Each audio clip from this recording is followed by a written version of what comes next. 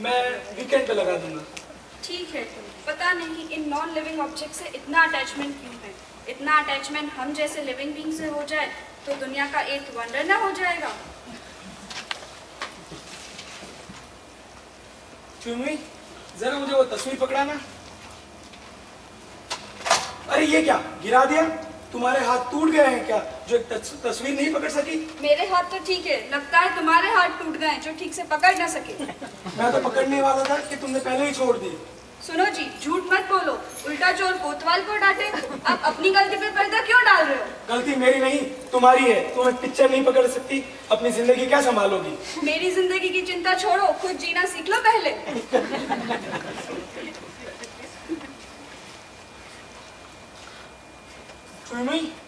तुमने मेरे डॉक्यूमेंट्स की फाइल देखी है क्या? आज जॉब पर इन्हें सबमिट करना है और मिल नहीं रहे। ये है ना दो बड़ी बड़ी आंखें और हाथ, खोज लो उन्हीं से। हाँ, मुझसे कहते हैं जिंदगी संभालो, खुद अपना सामान तो संभाल नहीं सकते हो। गलती कर दी तुमसे पूछकर, जवाब देने में तुम किसी बिंदु से कम नहीं हो। अपने आप को देख लो, तुम क्या कोई दुर्योधन से कम हो?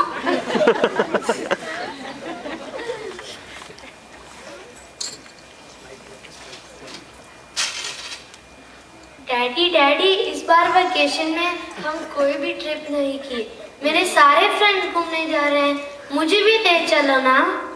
बेटा, इस बार थोड़ा मुश्किल है, फिर कभी चलेंगे। इस बार मैं तुम्हें हरमन पार्क लेके जाऊंगा।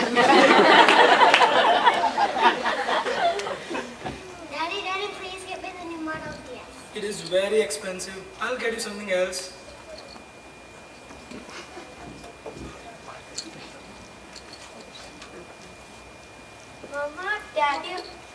Mama, Daddy always does like this. हाँ मम्मा, वो तो हिटलर से ही कम। क्या बात है, पूरा नाश किया बच्चों को। तुम ही संभालो अपने बच्चों को। इनकी फरमाइश पूरी करने के लिए मेरे पास पैसे नहीं है। तो फिर क्या करोगे अपनी कमाई का? कौन सी कमाई? ये देखो। ये क्या, तुम्हें ले ऑफ मिल गया?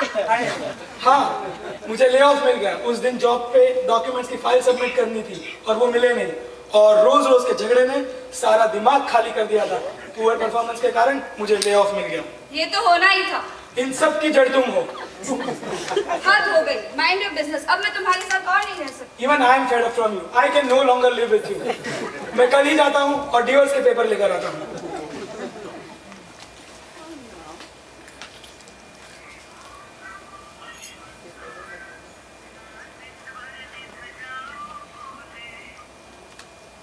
Hello Raj, how are you? Hi Nikhil, कैसे हो? बड़े दिनों के बाद फोन किया। हाँ यार, थोड़ा बिजी हो गया था। अभी मैं यहाँ पर आया हुआ हूँ, सोचा क्यों ना तुम्हारे साथ आके 2 दिन रह लूँ। हाँ हाँ, क्यों नहीं, आ जाओ। ठीक है, तो फिर मैं अभी आता हूँ। ठीक है, आ जाओ। सुनो, निखिल का फोन आया था। उसने बोला है वो हमें मिलने 2 दिन के लिए आ रहा है। उनको भी अभी आना था। हाय राज। हाय निखिल। नमस्ते भाभी। बड़े दिनों के बाद दर्शन दिए तुमने। हाँ यार, थोड़ा बिजी हो गया था। अब तुम लोग भी मेरे घर आने का प्लान करो, साथ में रहेंगे और एंजॉय करेंगे। पहले अपनी भाभी से पूछ लो। साथ में रहने के दिन तो गए। मतलब? हम दोनों ने डिवोर्स लेने का फैसला किया है। डिवोर्स? क्या तुम मजाक तो नहीं कर रहे हो? ये मजाक नहीं है, ये हकीकत है। राज, तुम्हारा जिगरी दोस्त होने के नाते क्या मैं जान सकता हूँ इतने बड़े डिसीजन का रीजन कितना बड़ा है? क्या हुआ?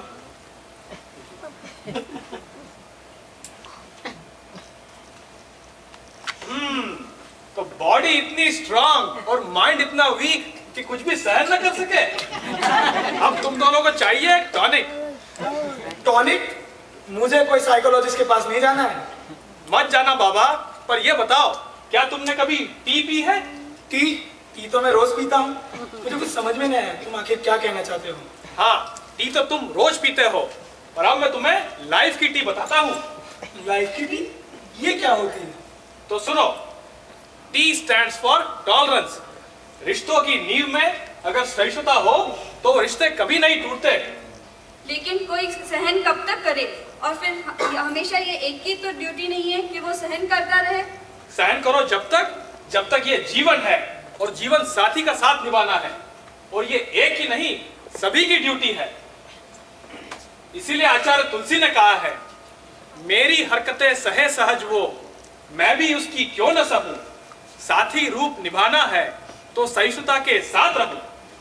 लेकिन ये तो मुश्किल है कि हम हमेशा दूसरों की गलतियों को सहन करते रहें। हमें दूसरों के लिए नहीं, खुद की शांति के लिए सहन करना होगा, वह भी बिल्कुल सहजता के साथ, विदाउट मेकिंग एनी एफर्ट्स।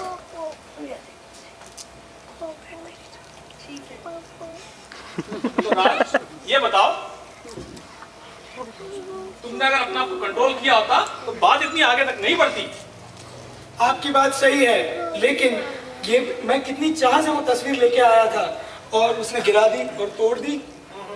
ये बताओ, वो तस्वीर लिविंग थी या non living? Non living, of course. तो क्या तुम दूसरी खरीद सकते थे? हाँ, खरीद तो सकता था, लेकिन मुझे $200 खर्च करने पड़ते थे वापस। $200 तो खर्चा करने पड़ते, पर यह बताओ, $2000 खर्चा करके भी तुम खोए हुए रिश्ते वापस पा सकते थे। सो हैंडल विथ केयर। हाँ, ये बात सही है आपकी, लेकिन मुझे गुस्सा आ गया। लेकिन ये तो अपने गुस्से पे काबू रख सकते हैं। ये तो सही बात है राज। भाभी, उस समय भी अपने एंगर को कंट्रोल करके, और उस समय आपको इसके सामने जवाब देने के बजाय चुप रह के इसके एंगर को फेल करना था। जैसा कि भगवान महावीर ने कहा है, कोहम असत्यम कुएजा। बोलो, ऐसा हो सकता था? हाँ, ऐसा हो तो सकता था। तो टी का दूसरा एलिमेंट है इमोशनल बैलेंस। अपने इमोशन का बटन किसी दूसरों के हाथों में मत दो, अपने एंगर और ईगो को पॉप अप मत होने दो। और टी का लास्ट एलिमेंट है एप्रिसिएशन। प्रेम को प्रकट करने का सबसे सही तरीका है एक दूसरे को अप्रिशिएट करना। तो ये बताओ, क्या तुम दोनों ने कभी एक दूसरे को अप्रिशिएट किया है? हाँ हाँ, ये तो प्रशंसा के इतने पत्थर बरसाते हैं कि कहना ही क्या। नैने पे दहला तैयार ही रहता है। देखो भाभी, कोमलता और मधुर वाणी नारी का विशेष गुण है।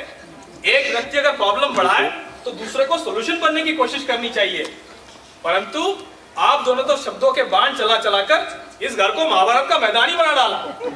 इस घर को महाभारत का मैदान नहीं, अपितु मैत्री का मैदान बनाओ। तो आप समझ में आई लाइफ की टी? हाँ, समझ में आ गई लाइफ की tea, and I will take this tea every day. Okay, then start taking it from right now. I am sorry, मैं नेक्स्ट टाइम से अपने गुस्से पे कंट्रोल रखूंगा। मुझे भी माफ कर दो। Daddy, Daddy, you're so nice. हम हमेशा आपकी बात मानेंगे। आप लोग भी हमेशा याद रखिए, handle with care your relations with T. Tolerance, emotional balance, Appreciation.